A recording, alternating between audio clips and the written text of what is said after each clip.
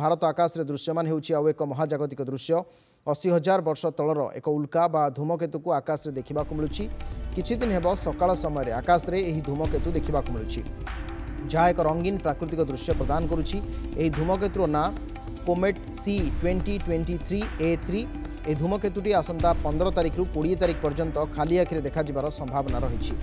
आसंता 12 तारिख रे प्राय 7 कोटी किलोमीटर दूरतार यह पृथ्वीर निकटतम अवस्था को आसिब। 15 तारिख संध्या 6:15 रे पश्चिम दिग्बलर प्राय 16 डिग्री उपरे यह देखादेव। परे धीरे धीरे तल आड़क गति करी प्राय अध घंटा पर अस्त होइजिबो। परे उपरकू देखा जाई 20 तारिख रे 36 डिग्री उपरे पहुंचिबो।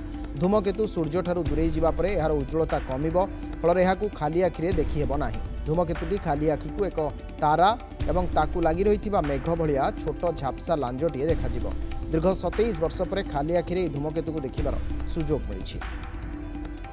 शुभेन्दु पट्टनायक आम सहित अच्छा महाकाश विज्ञानी ए संपर्क में विस्तृत भाव में आलोचना करने सुक्त पट्टनायक आपको स्वागत करुच्ची नंदीघोष टीवी को। दीर्घ 80,000 वर्ष तलर धूमकेतुटी वर्तमान दृश्यमान होता कथा जहाँ खबर आसूची एवं 12 तारिख रे प्राय 7 कोटी किलोमीटर दूरतार यह पृथ्वीर निकटतर हेब। ए संपर्क में आउ टिके विस्तृत सूचना आमको प्रदान करंतु। देखु धूमकेतु गुड़िक आमठू प्राय लक्ष लक्ष कोटी कोटी किलोमीटर दूर रही जोटा कि आम गोटे उट बादल बोली आम कहे से बहुत समय केते गुड़िए धूमकेतु आसता सूर्य चारिपटे बुली पुणी फेरी जाती। तो सूर्यर निकटवर्ती हेले से गोटे लांच बाहरी आसता से लांच बाहर फल आम देखिपारि था खाली आखिरे। बहुत गुड़े धूमकेतु खाली आखिरे देखा जाती, किसी धूमकेतु खाली आखिरे देखा जाती ना। तो 27 वर्ष तले गोटे धूमकेतु आसला जोटा कि बहुत स्पष्ट भाव में खाली आखिरे देखा जाउथला। एबे इटा खाली आखिरे देखा जाओ बोली सूचना मिली। तेणु ये धूमकेतु को देखा वैज्ञानिक मैंने दूरवीक्षण यंत्र बाइनाकुलर साहाय्य देखुंट। आईभली केते गुड़े धूमकेतु अच्छा जी कि खूब अल्प दिन व्यवधान पुणी आसता जमी गोटे हाली धूमकेतु रही से प्रत्येक 76 वर्ष थे आसता। तो यही धूमकेतु किंतु सूर्य चारिपटे थे बुलाया 80,000 वर्ष समय नहीं था। तेणु या आम थे देखिले पुणी आउ थे 80,000 वर्ष पर देखा।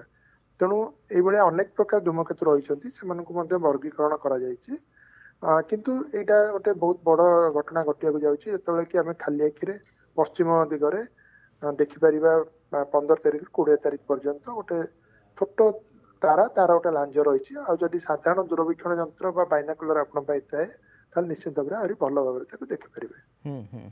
आज्ञा ठीक अच्छे अनेक अनेक धन्यवाद डॉक्टर शुभेन्दु पट्टनायक आम सहित आम विस्तृत भाव में कथा होते महाकाश विज्ञानी सहित कहीं वर्तमान यह दृश्यमान होती कहले लक्ष लक्ष कोटी कोटी किलोमीटर दूरतार साधारणतः सब धूमकेतु अवस्थान करती किसी समय से बाहर को आसती सूर्य चारिपटे घूर्णायमान स्थिति सृष्टि होता है।